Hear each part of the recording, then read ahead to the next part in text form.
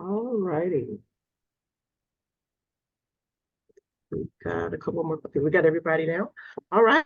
Good afternoon, everyone, and thank you all for joining us for today's A Month of Service presentation of Understanding the Immigration System. My name is Nia Murray. I am the Programs Coordinator with Neighborhood Recovery Community Development Corporation, and we are one of the partners in the A Month of Service collaboration. Also included, we have the City of Houston Department of Neighborhoods, and joining us today, we have Ms. Rachel Gutierrez.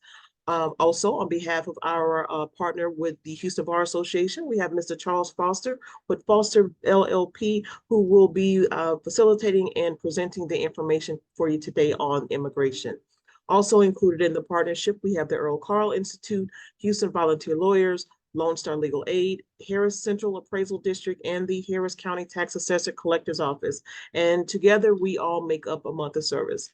And basically what A Month of Service is, it's the collaboration of all 8 of our organizations. We come together on a monthly basis and offer a variety of different workshops relative to community empowerment, asset building, asset protection, and the maintaining of generational wealth. We decided several years ago to come together to create a larger impact, to reach a broader audience, considering that we all service the same Houston and Harris County and surrounding communities. And we wanted to try to, again, create a larger impact and reach more people. We were doing these kinds of presentations in person, but of course, due to COVID, we had to adapt to a virtual platform. But in essence, this adaptation has allowed us to actually reach an even broader audience throughout surrounding counties, throughout the state of Texas, and even across the country, and in some instances in other country, or people that are joining us on Facebook, that are watching the recordings that we post on the YouTube channels. So we have in fact been able to reach a much broader audience. Also note that the information that is presented here today is for educational purposes only.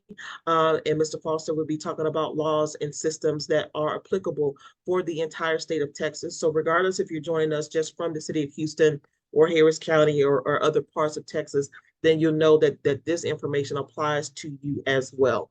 In addition to that, also please note that this is your opportunity to ask whatever questions that it is that you'd like, but we ask that you try to keep your questions to be as general as you possibly can, as to not divulge any personal detail information for everyone to actually have access to, due to the fact that we are broadcasting live on our social media platform on Facebook, as well as recording the session and sending it out for others to actually view. So we want to try to protect your privacy as much as we possibly can. So do please keep that in mind. However, we do encourage you to ask questions.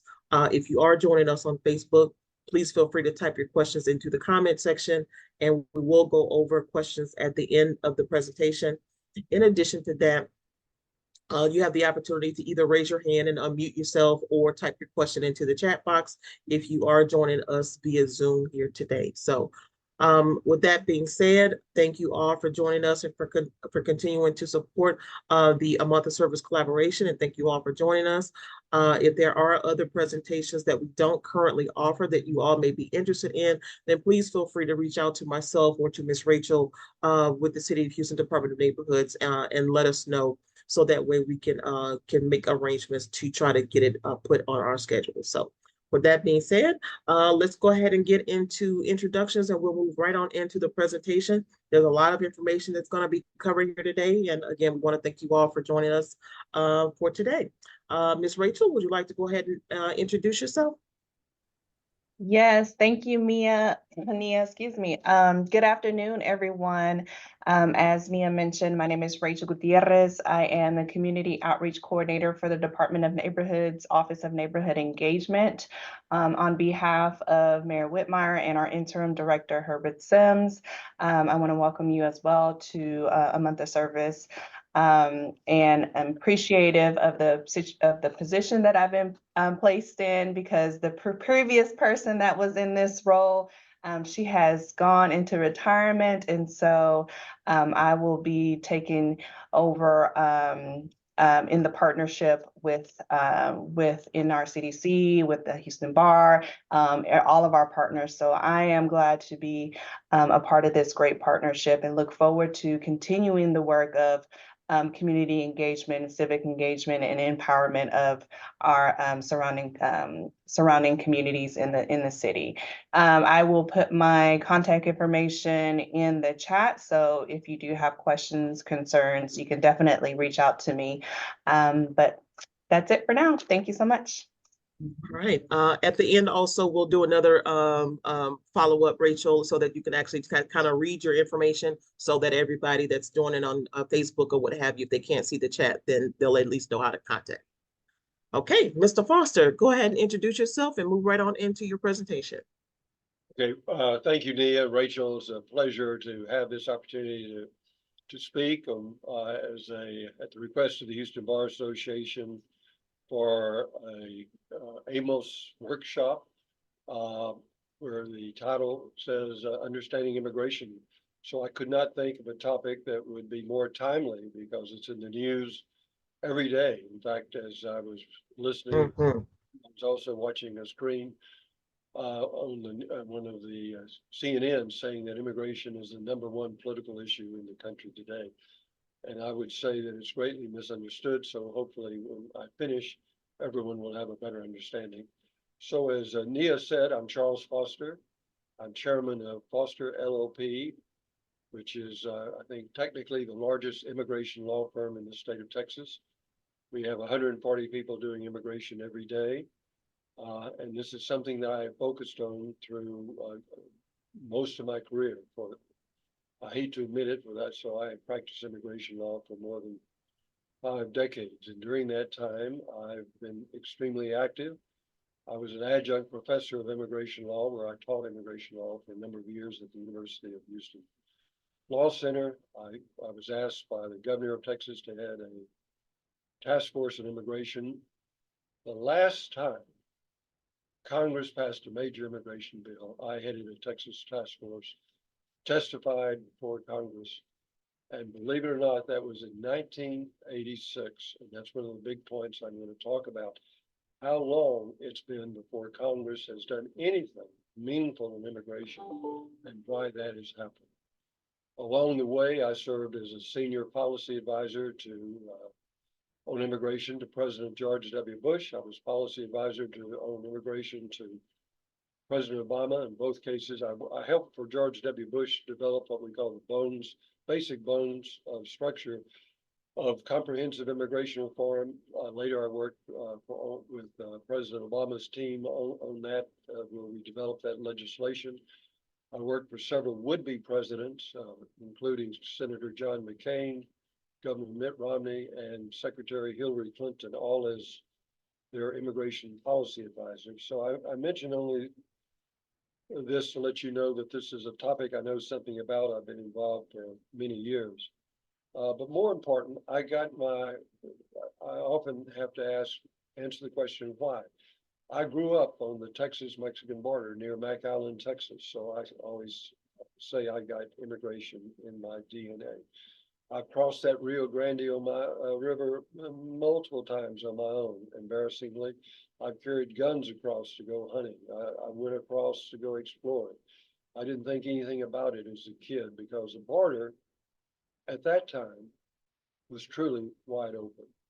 And we lived in a very different world where the idea of coming illegally, and I worked on many crews later in life as I grew up with folks. I didn't think anything about it at the time, but I would call them undocumented today or illegal. And I know that. I didn't know anything about our immigration laws at that time, but I had a sixth sense. But I knew that because they would tell me that they'd go home on the weekends. They'd go home for Mama's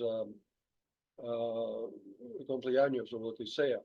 They would do that, and their idea of coming in illegally was very simple.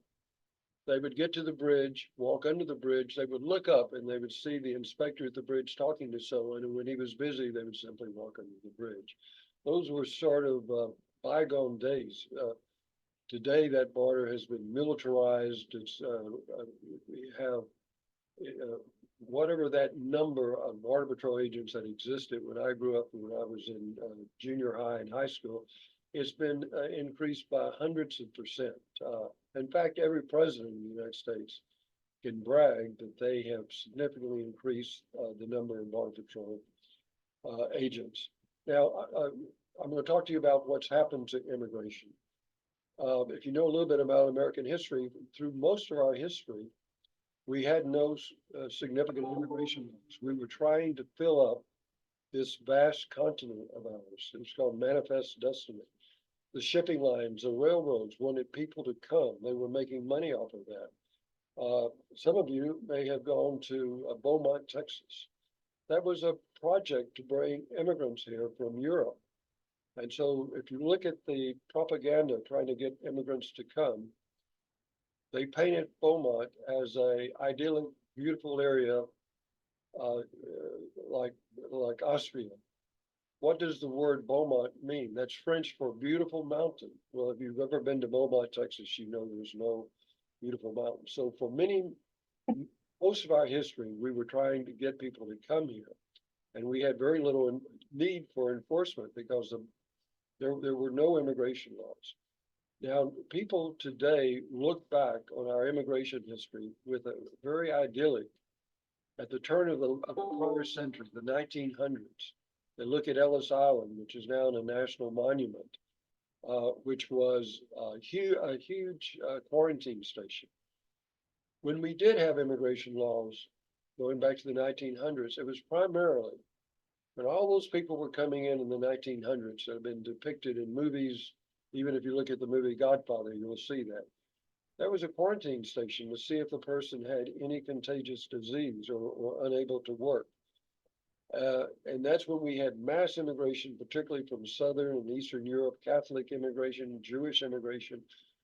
And the numbers were so large that the immigration population in relationship to our total population was extremely large, as it is today. It took us almost a century, but we're back to where we were today, where the immigration population in relationship to our total population is a significant percentage. And when that happens, there's a social, political backlash. And that happened in the 1900s. Organizations like HIAS, Hebrew Immigration Association, they routed people down to Pelican Island to a quarantine station. So many people here in Houston, they trace their heritage not to New York, but to Galveston. Families like George Mitchell, who became very successful. But in the end, there was so much political pressure, there was so much political concern that Congress, by 1924, 100 years ago, exactly 100 years ago, we put on our first quotas. Before that, there were no quotas. Anyone that could get on a ship or could walk across the border could come legally to the United States. So it's only been in our entire history, only the last really 100 years, that we've attempted to regulate, to limit the number of immigrants. And when you set a quota, you automatically have to determine whether it's first come, first served, or whether there were preferences given. And those quotas were established very candidly to stop immigration. So there were overwhelmingly large quotas for a handful of Northern European countries like the United Kingdom, Germany, and certain Scandinavian countries. But most of the people were coming from other countries. Those countries were relatively stable. People immigrate not from stable countries where they're well off, but they immigrate overwhelmingly to escape poverty and to escape violence. It's that simple, or a better education in some cases. So the people that were coming overwhelmingly in the 1900s that were coming from Southern Europe, Italians, and Eastern Europe, heavily Jewish and Catholic countries. And that created the backlash. And by the way, today, I like to point out to my friends that there is a backlash against immigrants from Latin America, from Haiti, from Africa, people of color. There's a huge backlash. people say these are the wrong kinds of immigrants, particularly one presidential candidate in the past and currently is saying these are the wrong people. They're bringing their diseases, they're criminals, their prisons are being emptied out. That language is not unique. That's what was said about the German immigrants, Italian immigrants, Irish immigrants. In fact, at the turn of the century, there were so many Irish immigrants that in cities like Boston, that was overwhelmingly Irish. They had signs: no dogs or Irish allowed. And finally, the Irish got political control of New York. There was a Mayor Fitzgerald,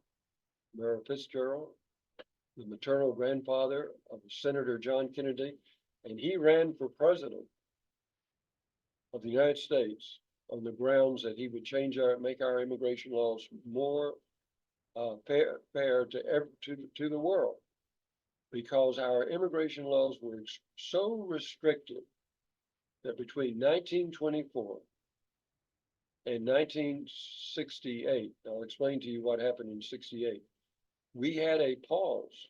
There was very little legal immigration because there were no quota numbers. People could, and for Asians, particularly for people from China, Asians were completely excluded. There was an act that said that, the Chinese Exclusion Act, that was enacted in the 1870s and stayed on the books effectively until 1968. So for more than almost 75 years, Asians were barred from the United States. Ironically, because the Chinese were viewed that if we had too many Chinese, they would lower the intelligence of the overall country. And today, the big issue is too many Asians are getting into all the great universities. But at that time, the prejudice was they were not smart enough to immigrate. So one interesting factor, those laws that were so exclusive, that almost ended all legal immigration for almost what would that be? For almost 50 years, 60 years. It did not apply to Latin America. People from Latin America could still immigrate. There were no quotas. So in theory, anyone that could walk into America from Latin America, like they are today, and I'll explain what's happening today on the border, all they had to show is that they had money in the bank or they had a job offer. They could legally immigrate. Most people do not realize that. Now, a lot did not immigrate because there was a way that consular officers restricted those people from Latin America. It was called the public charge. If someone, let's say a poor person, went in to apply to become a legal resident, there were no quotas. The American consul could make that person a legal resident on the spot, but they would not do so if they thought that person would likely become a public charge, go on welfare. And the truth was that they would not, but those were going to be hardworking people. They'd get a job, they'd support themselves and their family, but nevertheless, they were excluded on that ground. So let's get back to President Kennedy. He got elected in 1960. He had written a seminal work on immigration. I often give it away to friends. It was called A Nation of Immigrants.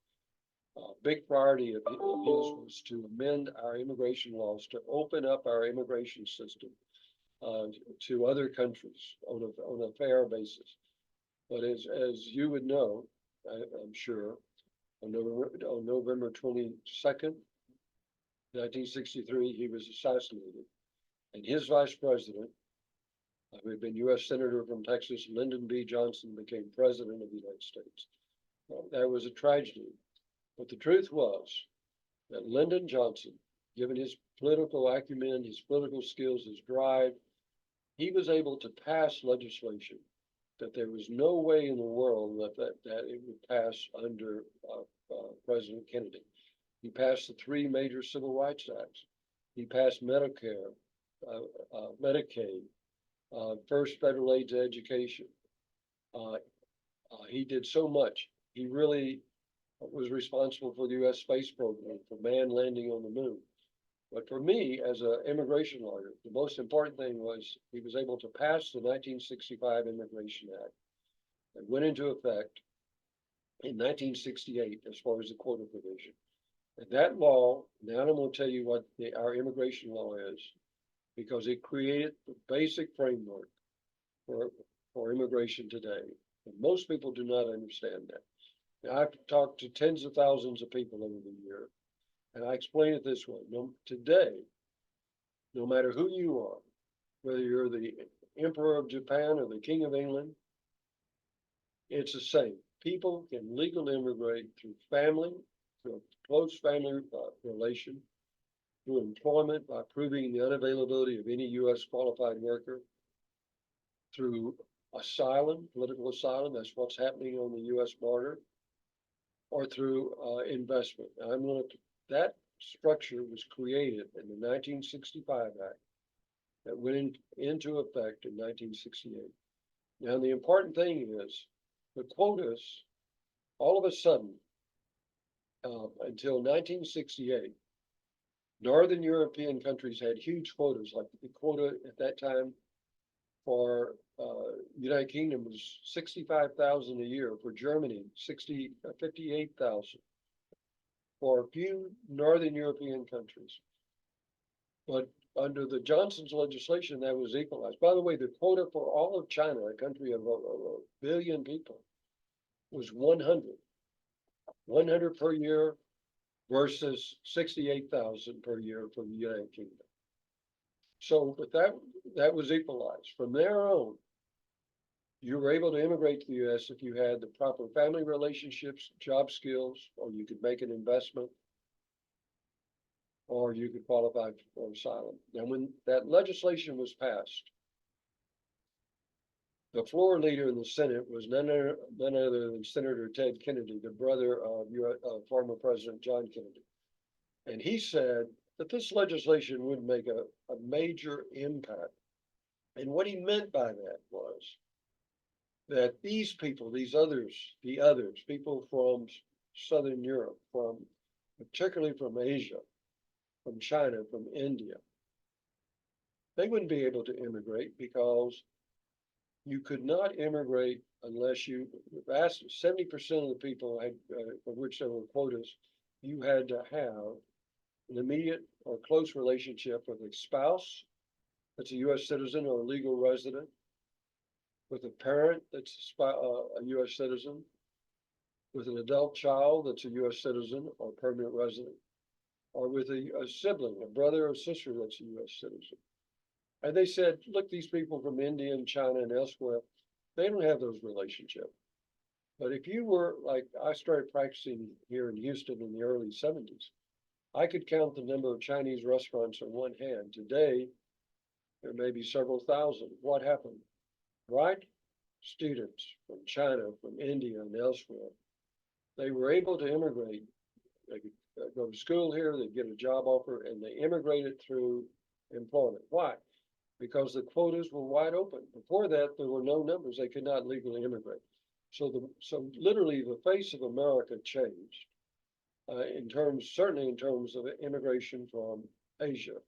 It also changed, ironically, also from Latin America, but for a different reason. It changed, I always used to say, due to the transistor radio. Remember when that law passed, the 65 Act passed, that went into effect in 68, it actually made things tougher if you were from Latin America, because it equalized a worldwide system and imposed quotas on Latin America that never existed before. But Latin America, particularly Mexico, joins the U.S. And so I use the transistor radio, which goes back many decades, only that as people got more education and they learned that there was a better life elsewhere. Maybe they grew up for centuries in their pueblito, their little village, not realizing that. But as they did, what did they do? Particularly from Mexico, large numbers of people migrated informally without visas by crossing the river and working historically within 100 miles of the visa. And we had we had what we call circular immigration. People would come up, they would work, they'd go back home, just like the people I worked with growing up. I would talk to them and they would tell me, yeah, they'd go home on weekends and sneak across the border under the bridge. And so, with some exceptions, that patterns of immigration, undocumented immigration, did not affect the rest of the United States. Most of that was existed within 100 miles of the border. Obviously, some exceptions, but the world began to change in the 70s under President Ford, and we began to build up our enforcement on the border. There were studies about large numbers of people coming in, and so what happened? As I've said before, every president since President Ford, President Carter, President Reagan, President President Carter, President George W. Bush, President Clinton, President Reagan, they could all brag that they had doubled the border patrol because we started to enforce, get tough on immigration. And so as we did that, there was an unusual phenomenon, what I like to say, the doctrine of unintentional consequences. The more enforcement, the more permanent illegal immigration. Now that may not appear to make any sense, but here's what happened. The guy that I knew, I used to work with, who would work within a few miles of the border and go home and maintain his wife and his kids and his family, they would go back and forth easily. One day, that person or people like him, they woke up and they recognized that getting back in the U.S. had been very difficult. They had been detained multiple occasions. And the idea of just walking across the border was no longer possible. They had to use a local coyote, a local entrepreneur. Then that became more difficult. They had to pay someone. And eventually, of course, as they started paying, the cartels took over and became very dangerous, not only on the cartel, on the U.S. side, but the cartel side. So what would happen? Those individuals would get into the U.S. and they would do what would be the most logical thing. They would say to themselves, I will never do that again. I will not take that risk. I will stay in the U.S. And if need be, I will smuggle my family in on a one-time basis, my spouse, my kids, or in some cases, they would just simply start a new family here. So we started, actually, you can track this, more enforcement. We started building up larger numbers of undocumented immigration. And by the time Ronald Reagan was president, there was an ultra-conservative Republican president. He actually supported a broad-based legislation that would legalize, grant amnesty, if you will, to a large number of those people who had come here without documentation, without inspection, had lived here legally since 1982. And in 1986, Congress passed legislation granting that would grant to qualified applicants conditional lawful permanent residency. They made them green cards directly on a conditional basis. Again, the governor of the state of Texas appointed me chair of task force. I testified on Congress. And the reason that legislation passed was very simple. It was paired with a very important enforcement provision. And that was, for the first time, employers would be held responsible for who they hired. And the people working on this legislation, particularly U.S. Senator Al Simpson of Wyoming, told me, he said, Charles, we're going to pass this legislation and there will never, ever again be an illegal immigrant, an undocumented immigrant in the United States, because they're coming to get a job. And if they can't get a job, if the employers are required to check, to verify their status, then they won't come. It's that logical. And it sounded logical. But the question was, how could an employer verify who was an American citizen, who was authorized to work in the U.S.? Certain foreign nationals would have their green card, their permanent resident. And what about all the other native born Americans? How can we prove that we are Americans? Our birth certificates? Well, none of us looked like we was 8 pounds. We didn't look like the photo on our birth certificate. So the answer to that was we had to present certain documents, and the go-to document was the Social Security card. And I testified that that was a huge loophole, because I knew that anyone could go into any flea market in Houston or elsewhere and buy a facially valid Social Security card that looked actually better than the real ones for $5. And I urged Congress in my testimony that they had to upgrade the quality of that Social Security card to make it difficult to duplicate. The president, in a meeting with President Reagan, he was sort of a libertarian, and he was afraid he didn't want the federal government to have so much power. So we had a huge loophole. We legalized 3 million, but people continued to come and work without authorization. And one way they did that was by presenting Social Security cards that they bought that looked valid, and employers could wink and say, okay, I guess you're illegal. They probably knew they were not, but at least they were complying with the law. So here we are today, and I'd like to talk a couple of things about where we are today. First, how do you, as a practical matter, if you're sitting there thinking for yourself or for a loved one, how do you immigrate? And again, I've only answered this question 10,000 times. It's pretty black and I can quickly determine in seconds whether someone can legally immigrate. As a general rule, someone either has or does not have that relationship. Are your parents, is your mother, your father, a U.S. citizen, a permanent resident? Yes or no? That's pretty black and white. Are you married to a U.S. citizen or permanent resident? That's pretty black and white. Do you have adult children who are U.S. citizens or permanent residents? So if you do, then you're going to be in the ball game. If you come in illegally, there's a number of technical issues that can make that complicated. But at least you're in the ball game. You have the possibility of qualifying through family. I admitted talking about siblings. You have a sister or brother that's U.S. citizen.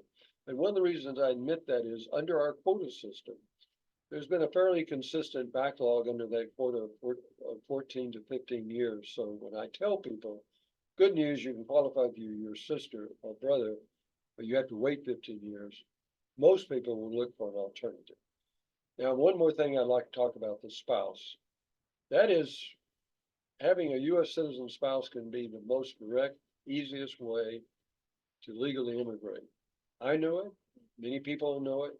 The Immigration Service knows it. So people that struggle to qualify, that are desperate to qualify, will sometimes enter into what I call a marriage of convenience. I would just find someone that will marry them as a favor, or they will pay them, and they will apply on that basis. The problem with that is, if I know it, and if the Immigration Service knows it, that person is committing technically not only an immigration fraud, but a criminal fraud by doing that. And I always tell potential clients not to do that. They think they can get away with it because a friend of them got away with it. But of course, I talked to many, many people who didn't get away with it. And if you get caught, you're permanently barred from the U.S. It doesn't care what you do thereafter. You can have a PhD degree from Harvard in nuclear science, you're still going to be barred. And I say one more thing. If you think you're going to get away with it, remember that immigration examiner. When you sit down with your spouse, allegedly your spouse, let's just say someone that's helping you out as a favor for money, before you open your mouth, that immigration inspector already believes that you're getting ready to lie, because they tell me that every day, half of the people that come in on marriage cases are fraudulent. So they're highly suspicious, and they're better at detecting that than you would be in trying to get away with it. So I would legally and ethically discourage anyone from going that route. But again, you either have a family relationship or you do not. There's nothing better than having a good marriage, having a fiance. If that person happens to be a U.S. citizen, that's great. There's nothing wrong with that. Just make sure it's a real marriage that can withstand a great deal of scrutiny, because it will be subject to scrutiny. And some people, it's black and white. Either you have that family relationship or you don't. Most people do have something. They have employment. And some people can qualify through employment. The basic process is having the employer prove through the U.S. Department of Labor that there's not a single willing and able U.S. worker at the prevailing wage. That's something we do every single day. It's legally possible. You might think it's impossible to show that there's not anyone in the U.S., but it is possible. And if time permits, I can provide more information. We do that successfully. I will there are several caveats.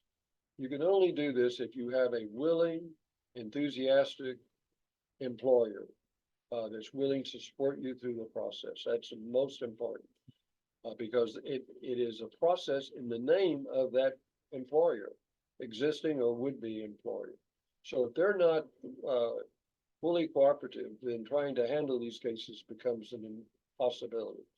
The second problem is, if you're in the country in undocumented status, you've got a real problem, because most likely you have become subject to a separate law that says you're subject to a 10-year prohibition. So even if that employer proves the unavailability of any qualified, willing, and able U.S. worker and files a petition on Form I-140, if you're undocumented and, for example, you're from Mexico, you'll go to your final interview at the American consulate in Juarez, not here in Houston. And the problem is that American consular officer would say, everything is perfect, great case, so well prepared, but because you have been in the U.S. for more than a year without permission, you're subject to a 10-year bar, and you have to wait in Mexico for 10 years. Since that law went into effect in 1990, I've not had one client go to an interview, because if they're here, why do they want to go back and wait 10 years in Mexico or San Salvador or wherever they're from? There is an exception. If you're married, if you have a U.S. citizen spouse or parent, you can get what we call a waiver. In Spanish, they translate waiver to as perdón, like a pardon, a forgiveness, an act of forgiveness.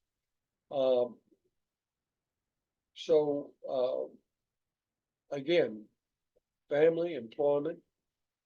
For most people, this is not impossible, but an easy way to qualify, a direct way, a highly successful way for us. We have a section representing investors, but the minimum investment now is $800,000. You have to create 10 jobs. It can be a loan. It's a de facto loan program. You can borrow the money, but I'm not going to spend any time on this, because the vast majority of people do not have or access to $800,000. From a legal point of view, it can be a very straightforward, predictable process. Most people do not have family or a willing employer or $800,000. And a lot of those people are showing up on our southern border and they're applying for asylum. So I want to talk about that now. As I mentioned earlier, this is a topic of great interest. I've not only taught immigration law, I've not only practiced immigration law, but I have represented 2 presidents of the United States and at least 3 would-be presidents, and how we can pass good immigration reform that is greatly needed. And we need more visa numbers, we need more H-1 numbers, we need to do away with the 10-year bars altogether. That makes no sense. We need to protect the dreamers of the DACA beneficiary. There's a ton of things that need to be done. But I've come to the conclusion that none of that will be done until we can effectively address the issue on our southern border. There is a perception that our southern border is out of control, that the border is wide open, and that we need to solve that issue. Now, technically, that's a perception. Technically, the answer is a little bit different. is we still have the phenomena of people trying to come in illegally, avoid detection. Many of those people are from, mostly are from Mexico.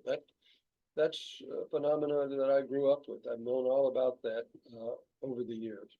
In fact, through most of my life, there was the Border Patrol main two categories, Mexican and OTM, other than Mexican. That's what it was, OTM. Mexican was always about 90%, OTM was 10% from a variety of different countries. But the world has changed in the last decades. So in addition to what we've normally always had, people coming in from Mexico trying to avoid detection, we now have a different phenomenon. Large numbers of people showing up on the southern border, surrendering themselves, looking for a Border Patrol agent to say, here I am. I want to apply for asylum. I fear, I have a reason to believe that if I were to be returned to my home country, Nicaragua or Honduras, Guatemala, El Salvador, Haiti, Venezuela, Senegal, China, you name it, I would be subject to persecution. And if that person makes a claim, it's what we call a credible fear claim, they're entitled, and if the officer believes, it's a very low bar. If he thinks there's a 10% chance that that's true, they're entitled to a hearing. And the problem is, so many people are showing up at our southern border that there is no way that they can be given a hearing immediately or can be scheduled for a hearing. So instead, they're being written up and given what we call an NTA, a notice to appear, and before an immigration judge. And these immigration court proceedings are so backlogged that typically these hearings are scheduled 5, 6, 7 years from now. The average immigration judge has a docket of cases that they're handling of 4,500 cases. Most of those are asylum. It's just an impossible docket. A judge in Harris County courts might have a docket of 100 civic cases. They think they're overworked. And what if you had 4,500 cases? It's just impossible. So we've got to, so many people say these people are coming in illegally. They're not. They're being released into the country after they are being processed and determined that they've made a credible fear claim to have their case being heard. Now, it's impossible to detain them because I think somewhere I read recently that the Border Patrol, Department of Homeland Security has something like 40,000 beds. Well, this past year or so, several million people have been released into the country to apply for asylum. So there's no detention facilities remotely possible big enough to hold them. So they're released, they're given a notice. Now, the problem with all of that is, in my opinion, I have great concern. First of all, I have great compassion for every one of those individuals. They've all sacrificed to get here. They wouldn't have done that unless they were desperate, unless they truly face serious crime in their home country or serious poverty in their home country. So I don't blame them. It's like everyone else, everyone that ever immigrated to America, by and large, did so to escape poverty, crime, instability. If they had a good life in their home country, they were not immigrating. It was only those people coming for a better life, in some cases, a better education, that did this. So I do not blame them. I understand that. But from a policy point of view, this is a terrible thing for several reasons. One, it has undermined all of our support, our country's support for legal immigration. That happened 100 years ago. That's why I talked to you about the 1924 Act. In 1924, Congress reacted and they literally paused. They had a pause in legal immigration for almost, almost 42 years. Legal immigration, we had some of the largest around the 1900s. Come 1924, it just fell off the cliff. It almost, all immigration came to an end. We're at that inflection point today. There's so much anger, particularly on the Republican side, but also on the Democratic side, also with the Hispanic Democrats, that that everything's out of control. That depending upon how this election goes, we could have, if Donald Trump is reelected, if what we call MAGA Republicans or take control of the House and the Senate, they could literally pass legislation that would say, we'll take care of this. There is no asylum. There is no refugee program. There's no legal immigration. We'll take another 40 years before we have any legal immigration. There are conservative MAGA Republicans proposing that right now. And part of the reason is because the support for legal immigration has gone down tremendously. It's fallen off the cliff because of the perception that people are walking. That's not true, but that's a perception. So what is the problem? The problem is on both sides. Republican, I'm an equal critic of both. I'm not a partisan person. I'm an independent. So I can criticize the Republicans and the Democrats. The Democrats, President Biden, in my opinion, who I know, I've known him since 1988, is guilty of not having focused on this issue and have treated it sort of as a secondary issue. He should have embraced this issue. He should have made it his issue. He should have made it a big priority. He did some things initially that appeared to encourage people to come, but he also followed many of the Trump era policies like Title 42 and Remain in Mexico. And nothing worked. Courts, by and large, have found those laws, those policies to be in violation of the law. Now on the President Trump, he of course is proud of what he did, but when you analyze what he did, there's not as much there as you would think. He likes to say he built a wall. Mexico is going to pay for it. Well, Mexico didn't pay for anything. He didn't build much of a wall. But as a policy guy, I always thought how silly that was because it didn't stop anything. People coming in the caravans, coming from the northern tier countries of Central America, Nicaragua, Venezuela, Haiti, Cuba, and down from all over the world, they weren't climbing over. They weren't stopped by a wall because they were going to a bridge or they were waiting across the river and saying, "Hey, Mr. Border Patrol, here I am. I want to apply for asylum." A wall would not have stopped one person. And then he also said it's going to stop drugs. No. Read the report, CBP, Customs Border Protection reports under Trump, under Biden. 90% of all those drugs are coming through ports of entry in the back of trailers, 18-wheelers, most of which are driven by U.S. citizens. The wall would not stop drugs or the people coming in to apply for asylum. The Republicans are also guilty by relying too much on Title 42, which was a health provision. That was sort of like whack-a-mole. It was not an immigration provision. You could push them back. You could push them back. They could come back. They could walk down a few hundred yards, come back in, push them back, come back again. In fact, a lot of the statistics are greatly inflated because they might count that one person might have been arrested and pushed back into Mexico 5 times in the same day. So you could say that the statistics in that case were 5 times higher. It was only one person in reality. So those statistics have always been suspect, but nevertheless, they're too high. So I think on the Republican side, Title 42, Remain in Mexico, took on magical terms. Remain in Mexico was interpreted as being remain forever. No, under the policy negotiated by the Trump administration with Mexico is asylum seekers would remain as they were admitted on a regular basis to pursue asylum. It wouldn't have stopped one person. But what did the Trump administration do? They interpreted that as no, remain forever. We're not going to. So the president of Mexico, AMLO, Andres Manuel Lopez Obrador, actually pulled out of that policy.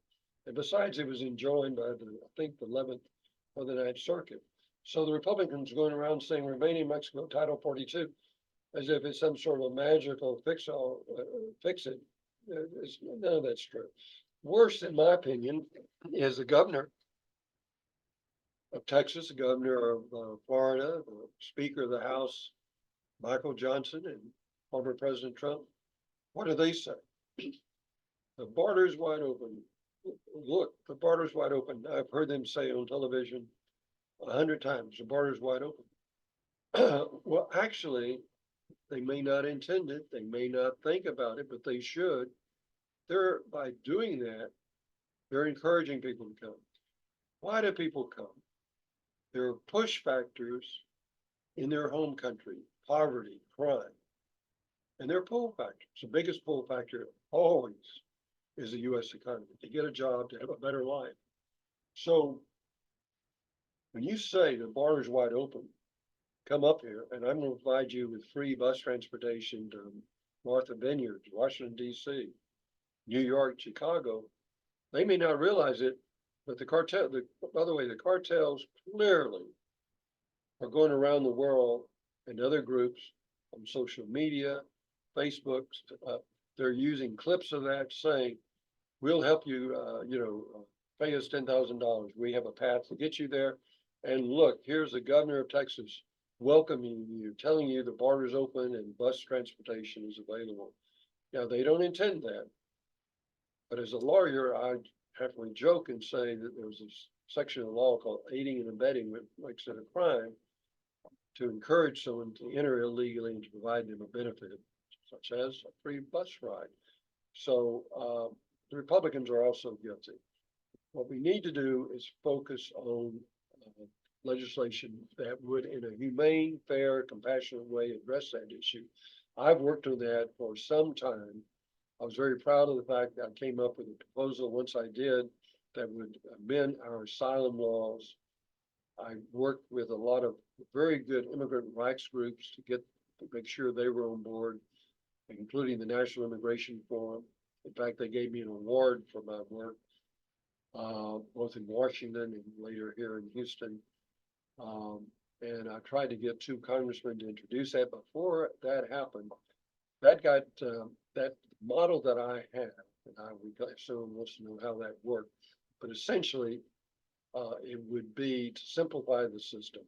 We have a 2-tier system. Even if you're interviewed by an asylum officer and denied, you still get to be processed before an immigration judge. The problem with all of that is the vast majority technically do not qualify for asylum. We know that. Everyone knows that. Asylum is not because you're fleeing generic poverty or violence.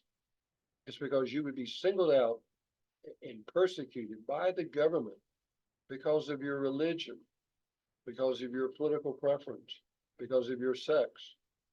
And these people that are coming there's no way they can articulate that. I talk to the people, they say they can't get a job in Haiti or Venezuela, but that's not what asylum, yet when they say they'd be persecuted, when they get to their hearing, the vast majority of these cases are denied. But it takes 5, 6, 7 years for that to happen. In the interim, they're here, they get work authorization after 6 months. It becomes a huge incentive for people to come. And in my opinion, it's only going to get worse before it gets better, unless and until we amend our asylum laws to make the credible fear claim higher. And under my proposal, and this was adopted in the Senate bill, the asylum officer would have exclusive jurisdiction. There'd be not 2 bites at the apple. And in my opinion, that was fair because the foreign immigration judge, that's an adversarial proceeding. For an asylum officer, he's tasked with bringing out all relevant facts. That does not happen before an immigration judge. So I was very pleased that was adopted in the Senate bill. But what happened? The Democrats, President Biden, went along with the toughest reform measures in American history. No one thought the Democrats would do that, but the president, Democrats were on board for one simple reason, because they were so committed to getting aid for the Ukraine, so committed to getting aid for Israel and Taiwan. They were willing to do that. Normally they would say, give us something for the dreamers, for the DACA beneficiaries, for undocumented immigrants. But no, they accepted that. And unfortunately, it all fell apart for political reasons. And there's one person that was responsible for that, Donald Trump. He made it very clear. He did not want any immigration to improve the situation. He wanted to save that issue for, not for February and July, but for the election in November, because he was afraid that if the situation on our southern border got better, he wouldn't be able to run against President Biden in that provision. So this is still an open question what the Senate and what the House is going to do. I've always been an optimist, and I'm thinking that at some point they'll get their act together because it's critical that we provide that aid to Ukraine, Israel, and Taiwan, and that we do something about the southern border. I'm going to look at my watch. It's been almost an hour, and I could go on for another 10 hours or so. In fact, 10 hours or longer, but instead, let's see if there's any questions, Nia. There have not been any questions in the chat as of yet, nor on Facebook just yet. I did have a question though. The actual process itself for immigration status, or when someone's trying to become a U.S. citizen, what are the steps that they actually have to go through, and then the application process, and how long does it generally take? Okay, first you have to accept the premise that most Americans do not conceive of, and we don't have to conceive because we were born here. We were U.S. citizens on birth. That we have an extremely restrictive system. So the vast majority of people that you may come in encounter with probably have very little chance ever of qualifying. So the process starts with someone like myself making a determination whether or not there's a viable option to qualify, again, through family, employment, investment, or asylum. And even if they can, or they disqualify because they have been in the U.S. in undocumented status. So for example, someone may be here and they may have a great job, but they may never be able to qualify because if they go back to apply for a visa, they'll be told that they have to wait in their home country for 10 years. So it starts with that very basic, you have to have someone vet all of the pertinent facts to determine whether or not someone is eligible. And I often tell people that there is a benefit just to learn that, just like you go to a doctor to get a checkup, you want to know for good or bad what your health condition is. And one of the reasons you want to do that is because people are desperate.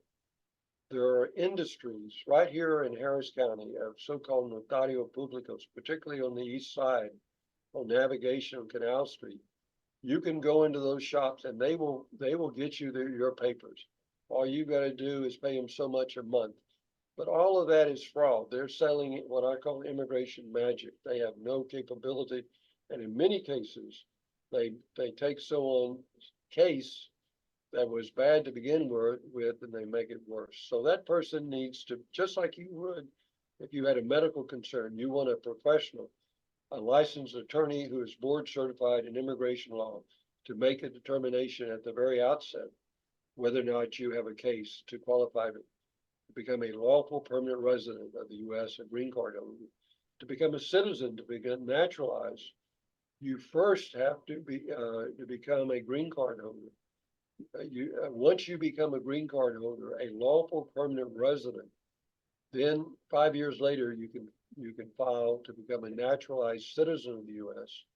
unless you're married to a U.S. citizen, and then it's only 3 years, and you only have to pass a simple test in English, civics, and to show that you're a person of good moral character, that you haven't been convicted of any serious crime in the interim since you obtained your lawful permanent residence. More questions? What's the price rate? What's the price rate? Like, what would someone have to pay? Well, it's sort of like saying, what's the price you have to pay for a doctor if you have a medical problem? There's so many, it's impossible. The other day, thank God I have insurance. I had a pain in my abdomen. I thought it was serious. I went to the Methodist emergency room. I just laid around for about 6 hours waiting. They ran a few tests and then I got better and I said, I'm going home. And I got a bill for $15,000. Ooh, I jeez. 80% of the time I was just napping, so it depends upon the type of case. If so, I tell people all the time about the cost. I say I talk to many people. There is no cost because there's nothing I can do for you. There is no immigration magic. So I tell people it's great news if I can charge you a legal fee. That's because I've made, based upon years and years of experience and determination, that you have a viable case. So as a general rule, it depends upon the nature of the case. Family cases are less expensive than employment-based cases. Investor cases are more expensive than employment-based cases. It all depends upon the estimated amount of time. In all these cases, we know we're not going to be spending 6 hours like in that emergency room. We're going to be working on a case on average 2 years or longer. Oh, wow. So is it advisable that for someone that's trying to get immigration status to make sure that they actually talk with an attorney to do it, or is this something that they can do on their own? No. It's absolutely advisable. They're entitled to do that on their own. I can self-medicate if I have a heart attack as well, but it's not a very smart thing to do. The average person there is zero. It's sort of like I can rewire my house, but I have zero competency to do that. I can self-medicate to take care of, but I have zero competence. So yes, they can represent themselves, but they would have to quote Shakespeare, they have a fool for a client. Okay. All right. That was all I had that was on the top of my head. I didn't mean to interrupt the presentation to Well, I really I wanted to see, I could go on talking, but everyone online that may have a question, I charge a consultation fee of several $100s to answer questions. So here it's for free if they have a question. yeah, that's the benefit of them coming on and joining us for these presentations. They have an attorney there that they can ask whatever question it is that they would like. So I'm still I think I have a question as well. This is all, I'm glad you were able to clarify the foundation of our immigration laws. My mother fled from Nicaragua both my parents fled from Nicaragua back in the early 80s.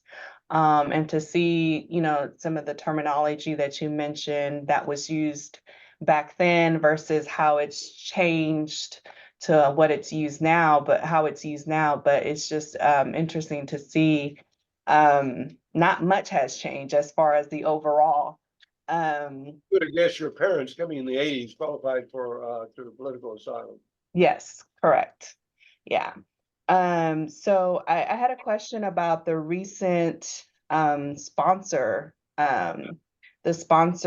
program that has been going on where a family member can sponsor an individual for, I believe, 2 years or something like that. And they come here, they, get their paperwork as far as to be able to work and things like that. And then once their 2 years are up, they go back to their home countries, or perhaps during that time they are able to work out their legal situation here. Can you speak more on that?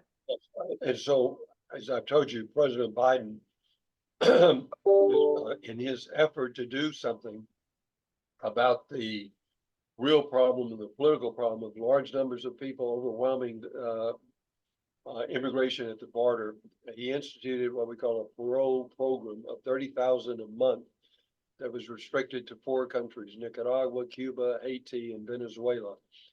And if you have a sponsor, and if you make, it's a pretty low, if you have a U.S.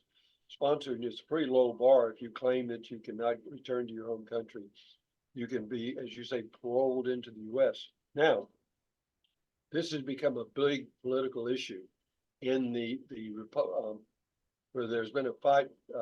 One of the things that the Republicans did say, I think that legislation that came as a result of in the Senate of a Democrat independent and a Republican, Senator James Langford of Oklahoma, under their proposal, I thought it was very tough, but one of the reasons Republicans criticized it, they wanted it to eliminate President Biden's to eliminate this program itself, the parole authority, in certain ways.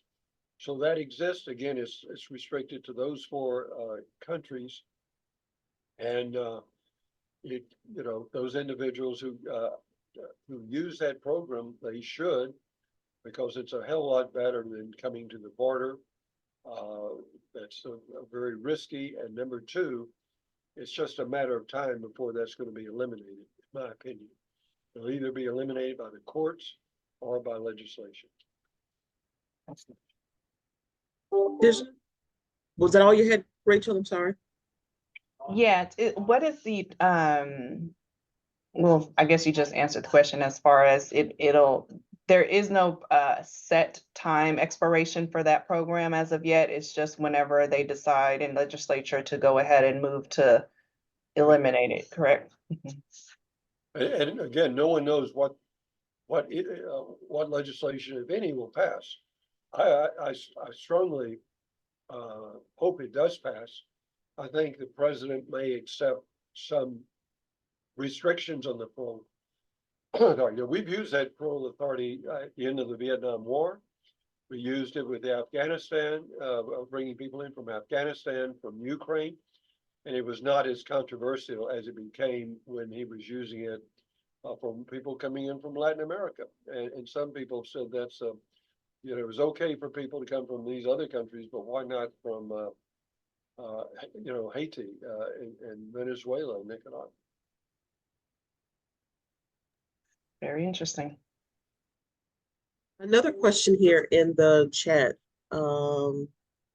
This is the filing fees for citizenship. Is it going up for this year? It has been $640. I think they've just increased the fees. I think it went up a modest amount. And so I would say if someone is eligible, it's a very desirable thing to do.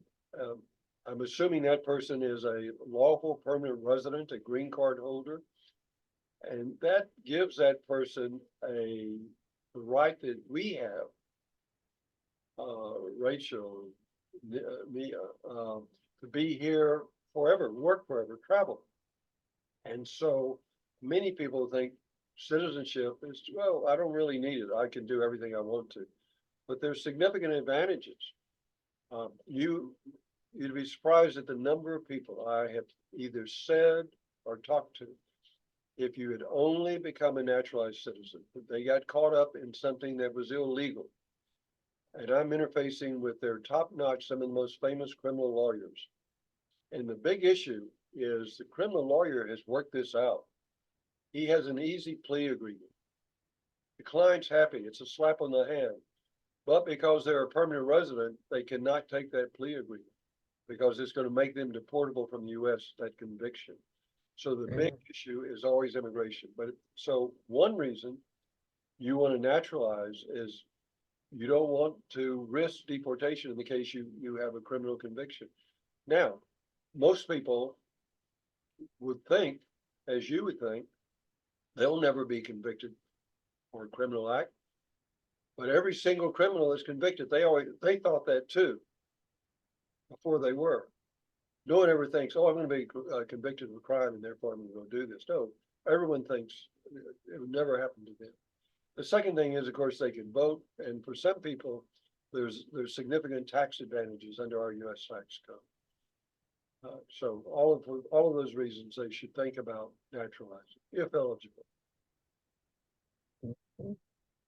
Okay. Those are all the questions so far, so you can go ahead and proceed. Well, I think if no one has any questions, I feel like I've I've hit all of the our history of, and our current legal system, the framework, the foregrounds of areas of qualification and the current issue on the border. If people are concerned about our immigration laws, I talk at many forums and I hear people talking about all the things they want done. But the truth is, nothing's going to be done until their member of Congress believes it's important. And most members of Congress, they're not acting on this because they don't think their constituents, really care about immigration. So with that, I'm really finished unless someone has some other questions. Oh, cool.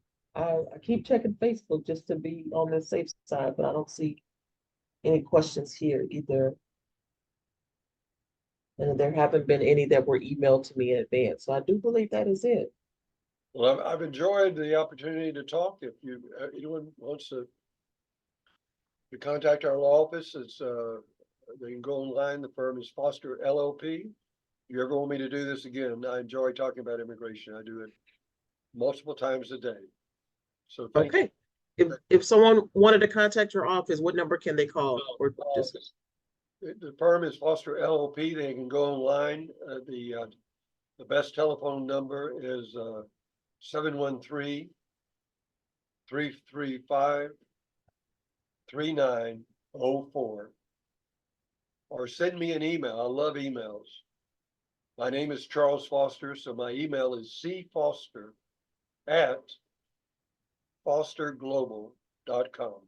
cfoster@fosterglobal.com. fosterglobal.com. And I'll give them the same quality of legal advice I've given to 2 presidents of the United States. That's wonderful. Fosterglobal.com.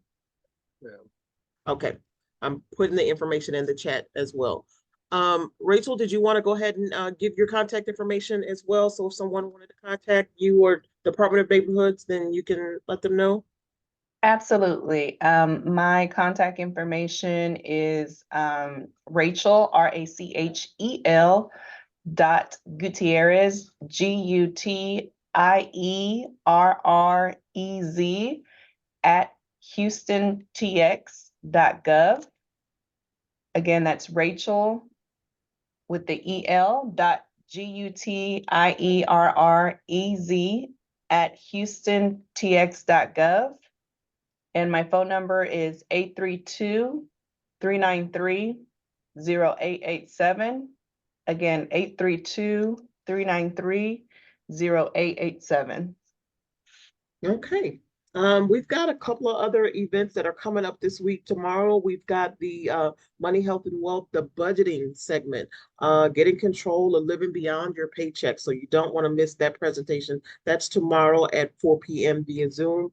Also, on Thursday at 1 p.m., our wills and advanced legal planning. Why do you need it? We'll have a representative with Lone Star Legal Aid to provide that information about everything that actually, all the documents that actually make up an estate plan, and the importance of making sure that things are, that your assets are protected and things are taken care of.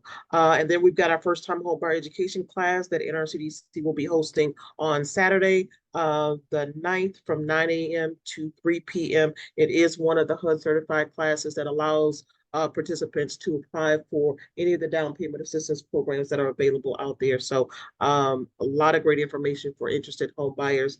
And we got quite a few more coming up. Our next community empowerment series, sponsored by our Houston Bar Association, next week is going to be consumer laws, the basics of the Deception Trade Practices Act. So I am definitely looking forward to that one. I'm not sure about everybody else, but there's a lot of questions that I have in regards to that.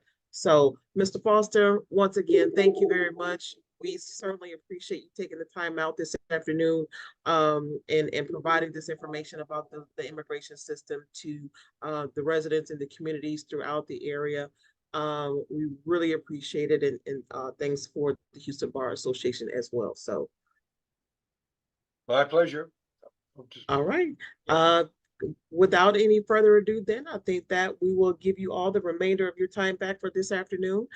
We hope to see you at future month of service presentations. A copy of the recording of this link will be made available for our participants that have registered. You can also go to Amos Houston on Facebook to watch a copy of this session as well. So thank you all very much again for your participation and for your continued support of A Month of Service. And we will see you all next time.